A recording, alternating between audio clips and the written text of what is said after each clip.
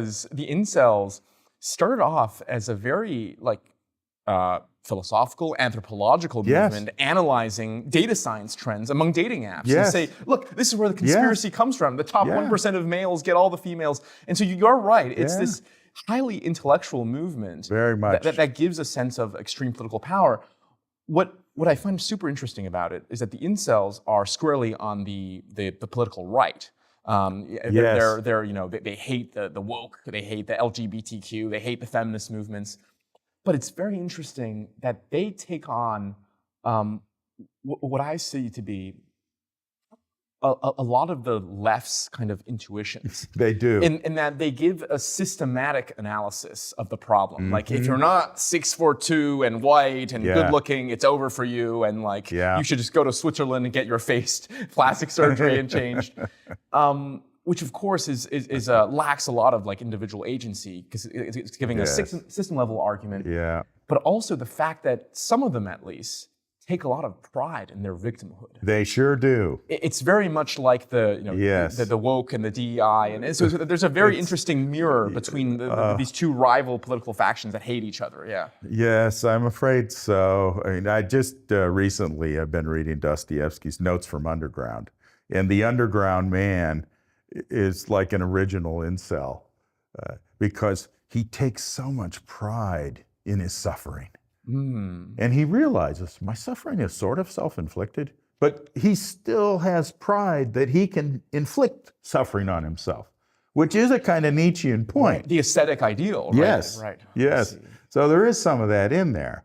So I don't want to go too far and simply de-eroticize what's attractive about the incel discourse. But I do also want to insist that it's not only about people's erotic lives. It's about a certain sense of identity, of you being in kind of the avant-garde, of an intellectual elite.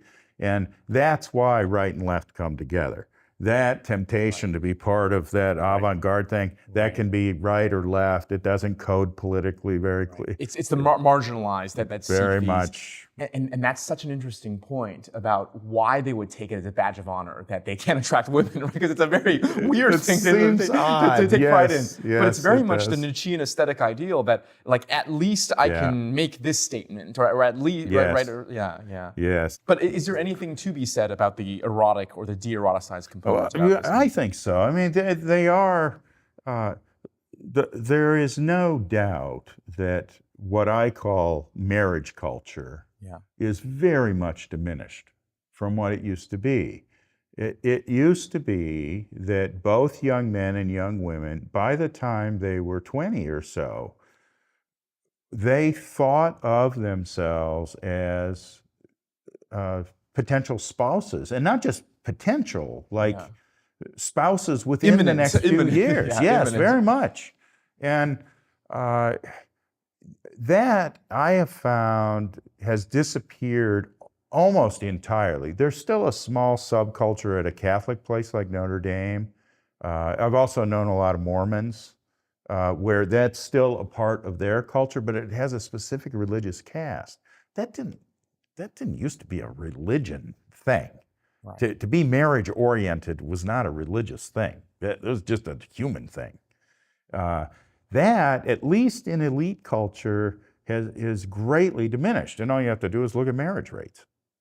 What the incels are seeing in this big picture is a truth.